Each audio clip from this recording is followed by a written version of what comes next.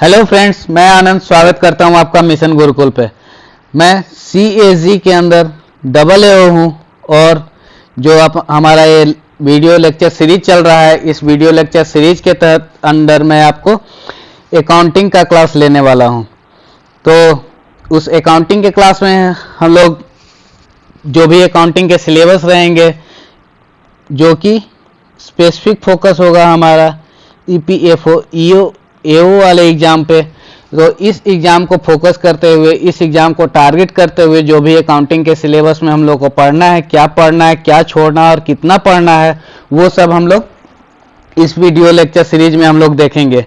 लेकिन उन सबसे पहले जो अकाउंटिंग का जो सिलेबस है, उसकी माइक्रो सिलेबस की जो एनालिसिस है, वो सब टॉपिक्स में ब्रेक करके हम लोग आज के इस इंट्रोडक्टरी लेक्चर में देखते हैं। तो जो स्कीम ऑफ द एग्जामिनेशन है वो आपको पता ही है, नहीं पता हो तो संजीव सर ने काफ़ी अच्छा वीडियो बनाया है इस EPFO एग्ज़ाम के बारे में, पूरे डिटेल में उन्होंने बताया है। आप उस वीडियो को जाकर इस एग्ज़ाम के बारे में अच्छे से, कितनी सैलरी मिलेगी, कहाँ पे आपको पोस्टिंग होगी, सारा चीज़ उसमें बता दिया गया है। तो आप अच्छे से उसमें आपको पूरी जानकारी मिलेगी। बात करते हैं सिलेबस की, तो जो सिलेबस है, इन सारे सिलेबस के अंडर जो आपका अकाउंटिंग है वो आपका जनरल अकाउंटिंग प्रिंसिपल ये यहाँ पे बताया गया है। लेकिन इस अकाउंटिंग प्रिंसिपल में आपके क्या टॉपिक सब टॉपिक्स हैं वो आपको बताया नहीं गया है। पर जो पिछले बार के सवाल पूछे गए थे, तो उन सवाल को अगर हम देखें तो जो 11-12 के जो अकाउंटिंग का जो सिलेबस है वो तो था ही लगभग 70 से 80% 11-12 के सिलेबस के तहत सवाल आया था, और कुछ सवाल उस सिलेबस से बाहर के भी आए थे। तो वो कहाँ से आए थे? तो वो CA फाउंडेशन वाले सिलेबस से वो सारे सवाल कवर हो रहे थे। पर वो क्या, जो CA फाउंडेशन के सिलेबस से जो सवाल थे वो क्या मुश्किल थे, आसान थे, किस लेवल के थे, वो सब हम अभी देखने वाले हैं। लेकिन जो CA फाउंडेशन सिलेबस का हमें जो तैयारी भी करना है, जो इस टॉपिक्स की हम जो तैयारी करेंगे, वो हमें स्पेसिफिक इस एग्जाम के लिए हमें तैयारी कर रहा है। हमें CA वाले एग्जाम के लिए तैयारी नहीं करना है कि हमें सारा कुछ बिल्कुल डिटेल में अच्छे से हमको सारे कॉन्सेप्ट की जानकारी चाहिए। वो सब हमें सिर्फ इस एग्जाम पे फोकस करते हुए करना है कि इस एग्जाम का डिमांड क्या है और फिर हमें कितना एफर्ट डाले इस एग्जाम का इस पोर्शन का कंट्रीब्यूशन क्या है पूरे सिलेबस में। तो उसकी बात करें तो पिछले बार 15 सवाल पूछे गए थे आउट ऑफ 120, जो कि आपका 12.5% ऑफ द टोटल जो क्वेश्चन पेपर था वो इस सिलेबस से पूछा गया था।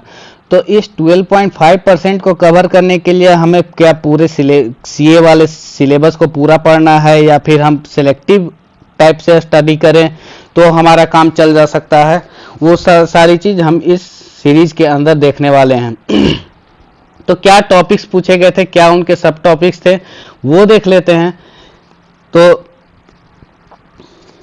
जो हमारा फर्स्ट टॉपिक, जो इंट्रोडक्शन टू अकाउंटिंग, हालांकि इससे सवाल नहीं पूछे गए थे, लेकिन फिर भी यहाँ पे मैंने इसका इंपॉर्टेंस हाई रखा है। क्यों रखा है? क्योंकि ये इंट्रोडक्शन टू अकाउंटिंग जो है, हमें बाकी के चैप्टर्स को समझने के लिए हमारा जो प्लेटफॉर्म तैयार करेगा, हमें बेस प्रदान करेगा, जिस बेस के ऊपर हम लोग बाकी के चैप्टर्स को अच्छे से समझ सकेंगे। इसलिए इसका इंपॉर्टेंस हाई है। हो सके अगली बार इससे एक आध सवाल ही पूछ दिए जाएं, या फिर सवाल ना भी पूछे जाएं, तो आपको इससे आश्चर्य करने की जरूरत नहीं है कि क्यों मैंने यहाँ पे इसका इंपॉर्टेंस हाई रखा है। और क्या था? तो एब्रिविएशन से रिलेटेड सवाल था। तो जैसे जैसे हम लोग सिलेबस को आगे बढ़ाएंगे, सिलेबस के चैप्टर्स को हम लोग आगे पढ़ेंगे, तो उस चैप्टर से रिलेटेड क्या एब्रिविएशन हो सकते हैं, क्या क्या एब्रिविएशन संभव है, क्या क्या सवाल किन किन एब्रिविएशंस का यूज करके आ सकता है, वो सब हम धीरे धीरे करके आगे जैसे जैसे बढ़ेंगे वो कवर करते जाएंगे। अकाउंटिंग कॉन्सेप्ट्स एंड कन्वेंशंस, ये काफ़ी ज़्यादा इंपॉर्टेंट पोर्शन है, इससे सवाल भी पूछे जाते हैं। और जो ये रिकॉर्डिंग ऑफ ट्रांजैक्शन, देखो तो सबसे ज़्यादा सवाल जो पूछे गए थे, किसी टॉपिक से पूछे गए थे, तो इसी आपको रिकॉर्डिंग से ही रिलेट करके पूछे गए थे। आपके ट्रांजैक्शंस को आइडेंटिफाई करना, कौन सा ट्रांजैक्शन है वो किस अकाउंट में आएगा, उसकी एंट्री कहाँ पे होगी, डेबिट साइड होगी, क्रेडिट साइड होगी, क्या होगी उसकी एंट्री, पहले तो ट्रांजैक्शन को आइडेंटिफाई करके किस अकाउंट में एंट्री होगी, वो सब जानना समझना, उसकी समझ हम लोग इस चैप्टर में हम लोग लेंगे।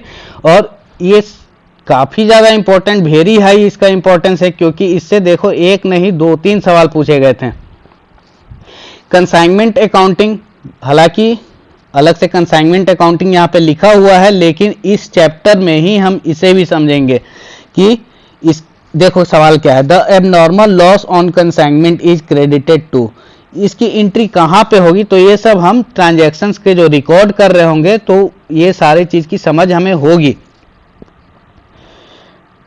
ब्रांच अकाउंटिंग क्या है, उससे एक सवाल पूछा गया था, जो एक सवाल ऐसे ही पूछे गए थे कि जो आप ऐसा नहीं कि किसी खास चैप्टर को आप पढ़े हुए तभी आप बना सको, आपको थोड़ी बहुत अकाउंटेंसी की समझ है तो भी आप उसे अच्छे से उसे टैकल करके बना सकते हो। जैसे कि ये सवाल देख लो, the cost of iron power should be appropriated over different departments according to, accounting की तो समझ आपको चाहिए ही चाहिए, लेकिन अगर वो समझ आपको नहीं भी है, कॉमन सेंस भी है आपके पास, थोड़ी अच्छा तरीके से आप कॉमन सेंस को अप्लाई कर पा रहे हो, फिर भी आप ऐसे सवाल को कर ले जाओगे।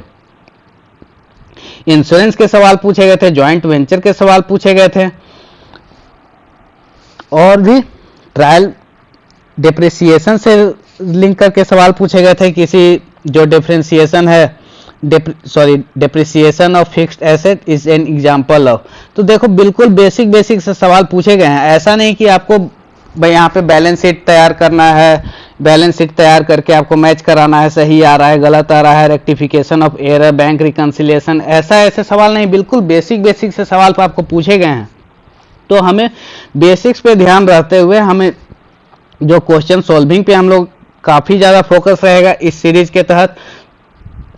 और जो देखो जितने भी सवाल पूछे गए हैं वो ज़्यादातर सवाल किसी न किसी बुक से डायरेक्ट आपको मिल गए हैं विथ ऑप्शन। जैसे इसी सवाल को हम लोग देखते हैं, in the absence of any provision in the partnership agreement profit and losses are shared by partners. देखो in the absence of any provision in the partnership agreement profit and losses are shared by partners, यहाँ तक कि in the ratio of their capitals, in the ratio of capital of partners equally, in the ratio of loans given to them partnership fund.